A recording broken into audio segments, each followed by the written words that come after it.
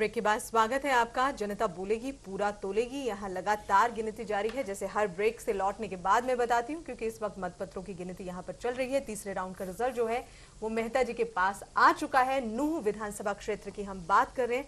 तीसरे राउंड पर की ओर बढ़े, लेकिन उससे पहले एक नजर डाल लेते हैं कि पिछले विधानसभा और लोकसभा चुनाव के दौरान क्या रही थी नूह की स्थिति। तो 2009 विधानसभा चुनाव के दौरान कांग्रेस 39.09%, वहीं बीजेपी की अगर बात करते हैं 19.61%, निर्दलीय 14.73%। 2009 विधानसभा चुनाव, नूह की स्थिति सभी पार्टियों की कैसी रही थी नूह विधानसभा चुनाव के दौरान, आप देख सकते हैं। इनेलो 11.91% और अन्य 14.66%। तो पिछली बार विधानसभा चुनाव के दौरान हरियाणा में जो विधानसभा चुनाव हुए थे, नूह की क्या स्थिति रही थी और सभी पार्टी किस तरह से नूह में जीती थी या पिछड़ी थी, ये आंकड़े आपके सामने। 2014 लोकसभा चुनाव के आंकड़े आपके सामने। इनेलो 60.57% और बीजेपी 18.49%। अगर कांग्रेस की बात करते हैं 15.73% और अन्य 5.21%। 2014 लोकसभा चुनाव में क्या रही थी नूह की स्थिति।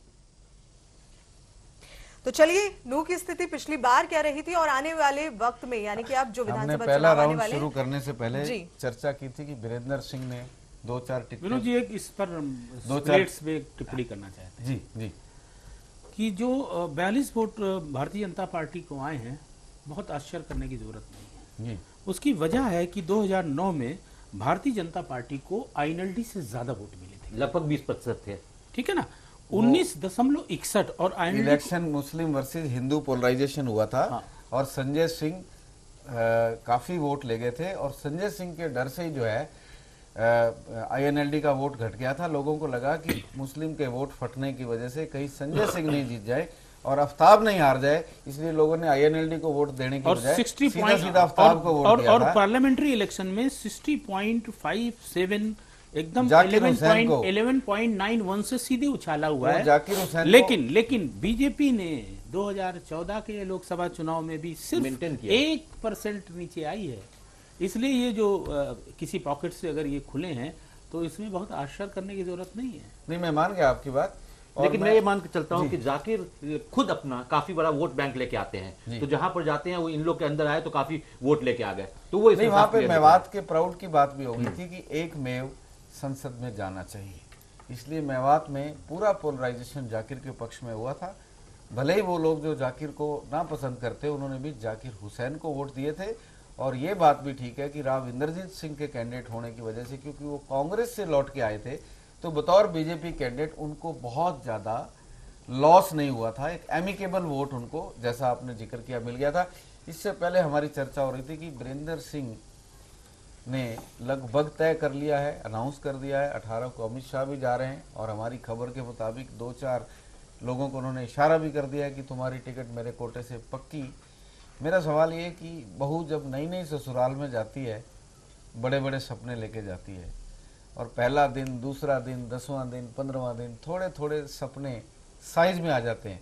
बीजेपी के व्यवहार को देखते हुए आप प्रदीप जी जरा बताएंगे कि वीरेंद्र सिंह के सपने कितने पूरे होंगे। मैं सपने इसलिए भी कह रहा हूं कि उन्होंने कहा कि 67-68 का हो गया हूं, अब मुख्यमंत्री केवल बीजेपी बना सकती है। देखिए, आपने एक शब्द का इस्तेमाल किया, बहू। ये नई नवेली बहू तो है नहीं जी, और नई नवेली बहू की एक उम्र भी निर्धारित होती है जी। ये बहू बूढ़ी है, थकी है और चुकी हुई बूढ़ी है और लालच से पाला बदल रही है और इसलिए ये जो बहू है ये बहुत ज्यादा दिन, मुझे लगता है कि जब अपनी उस पार्टी में जहां पर उनका श्रीमती सोनिया गांधी से सीधा संवाद था, वहां उपेक्षित हो गई थी। तो ये तो फिर भारतीय जनता पार्टी जो है नया घर है, इसमें जो पहले से बहुएं मौजूद हैं और एक बहू ऑलरेडी है कुलदीप बिश्नोई के तौर पर, ये बहू की टकराहट जो होगी देवरानी जिठानी के स्तर की होगी और वैसा ही कुछ मुझे दिख रहा है। इसलिए इस पर बहुत सोचने की मुझे लगता है जरूरत नहीं है। बहू वाले उदाहरण से, एग्जाम्पल से बाहर चलते सीधे सीधे बतौर बड़े नेता वीरेंद्र सिंह को बीजेपी में कितनी अहमियत मिल सकती है? अहमियत बहुत मिलेगी, क्योंकि बीजेपी को एक जाट फेस चाहिए था जो क्रेडिबल जाट फेस हो, जमानती। जी हाँ, जिसको लोग पे विश्वास कर सके। उनके पास तो थे तो बहुत सारे, लेकिन इस टाइप का बड़ा नहीं था। तो अब वो साफ हो जाएगा कि बीजेपी कहीं बनी है पंजाबी की पार्टी से अलग, जातों की भी पार्टी बन रही है। आपने देखा नू में भी उनका अच्छा हो रहा है, तो मुस्लिम्स की भी पार्टी बन रही है। तो बीजेपी काफी ब्रॉड बेस बनता जा रहा है। तो ये दिखाने में कि अब हम सिर्फ एक वर्ग के, कम्युनिटी के, कास्ट के हम पार्टी नहीं है, तो इसको काफी उनको मदद मिलेगी। इसमें मदद तो काफी मिलेगी, डिपेंड करेगा टमाटर का भाव नीचे आता है या नहीं प्रदीप जी।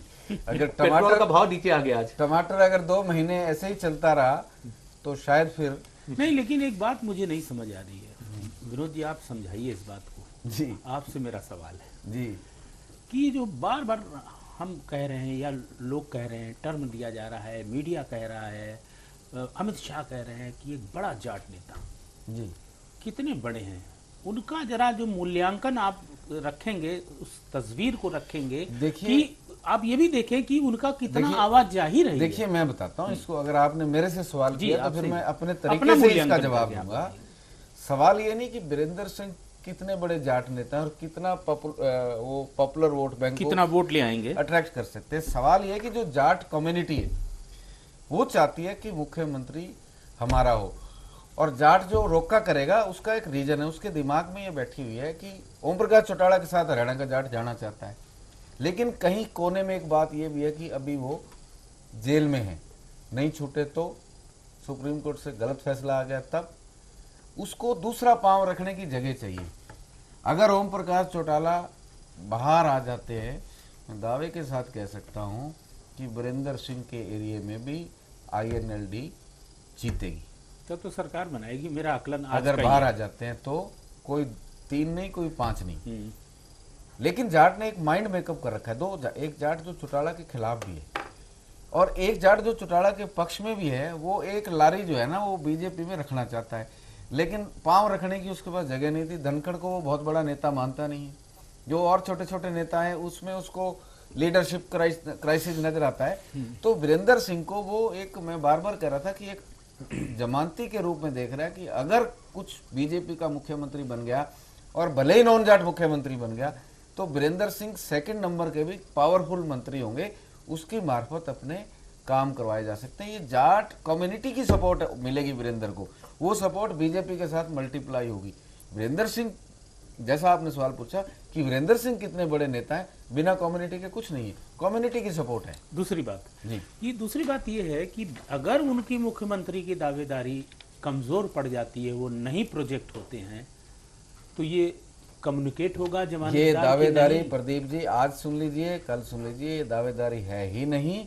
और अगर बीजेपी ने वीरेंद्र सिंह को चीफ मिनिस्टर प्रोजेक्ट कर दिया, बीजेपी ठीक वही गलती करेगी जो गलती कांग्रेस ने 2005 में की कि बिना किसी के सुने भूपेंद्र सिंह हुड्डा को दोबारा औथ दिलवाई। उन्होंने नॉन जाट लीडरशिप को एक तरह से झटके से बाहर कर दिया। ठीक झटका वैसा बीजेपी को लगेगा, इस चुनाव में नहीं लगेगा तो अगले में लगेगा। तो फिर अगर आप आपके इस आकलन को माना जाए तो मुझे ये लगता है कि जाट अपने को जमानतदार नहीं मानेगा वीरेंद्र सिंह को इस चुनाव में। नहीं, ऐसा नहीं है। वीरेंद्र का इम्पैक्ट रहेगा, कम से कम मध्य हरियाणा में ये इम्पैक्ट रहेगा, पर बीजेपी ये अफोर्ड नहीं कर सकती कि वो किसी जाट नेता को आज मुख्यमंत्री बीजेपी किसी को प्रोजेक्ट नहीं कर कर रही है। बीजेपी किसी को प्रोजेक्ट नहीं करेगी, ऑफिशियल लाइन हो चुका है, किसी को प्रोजेक्ट नहीं कर रही है। जी, चुनाव के बाद फैसला होगा। चलिए अजय जी ने हमारा झगड़ा टाल दिया प्रदीप जी, ये झगड़े की तरफ कन्वर्ट हो रहा था, बोलते तो हमने कहा थोड़ा सा कन्वर्ट माइक हो जाएगा। तीसरा राउंड आ गया, क्योंकि कुछ बातें ऐसी होती है जो बोलनी नहीं चाहिए, पर जब सवाल आता है तो बोलना पड़ता है। तीसरा round, BJP 11 vote, Congress BJP से 5 गुना तो नहीं लेकिन 4 गुना से ज्यादा, 47 वोट, 15,745। INLD तरक्की किया है, 32 वोट, 10,720। हजका ने भी 1 वोट की तरक्की की है, 3, 1,005। अदर 7, 2,345। हमारे पास पॉपुलर मुख्यमंत्री का सर्वे भी आने वाला है और मेरे पास चौथा राउंड भी आ गया है। बिल्कुल, 4 राउंड को अगर आप टोटल करेंगे तो हम इस चढ़ती हुई बीजेपी पे चर्चा कर पाएंगे। चलिए, चर्चा बिल्कुल जारी रखेंगे। यहाँ पर चौथे राउंड का जो रिजल्ट है वो भी अपने दर्शकों को पहले बताएंगे। राउंड में बीजेपी ने 42 जितनी स्पीड से आकाश को छुआ था, चौथे राउंड में उसी स्पीड से धरती को छू लिया है। बता दी। बीजेपी को केवल 4 वोट 1340, कांग्रेस 35 11,725, और चौथा राउंड आते आते लगता है गांव में आईएनएलडी को सपोर्ट ज्यादा है। चौथा राउंड आते आते लोकदल ने कांग्रेस को पीछे छोड़ दिया है 38 वोट 12,730। हरियाणा जनहित कांग्रेस ने भी तरक्की की है, अपने डिजिट को डबल कर लिया है 5 वोट 1675। बीएसपी 3 1005, सोना में बीएसपी ज्यादा और नूहू में बीएसपी कमजोर। ये भी बड़ा दिलचस्प मामला है। अदर्स 11 3685, और यहाँ पे नोटा भी दस्तक दे रहा है 1340, 4 वोट नोटा को। 5वें राउंड का इंतजार, 4 राउंड पे थोड़ी थोड़ी चर्चा। बिल्कुल थोड़ी थोड़ी चर्चा जो है ये जारी रखेंगे, लेकिन हमें यहाँ एक ब्रेक के लिए तो रुकना होगा। एक छोटा सा ब्रेक के बाद ये चर्चा जारी रहेगी।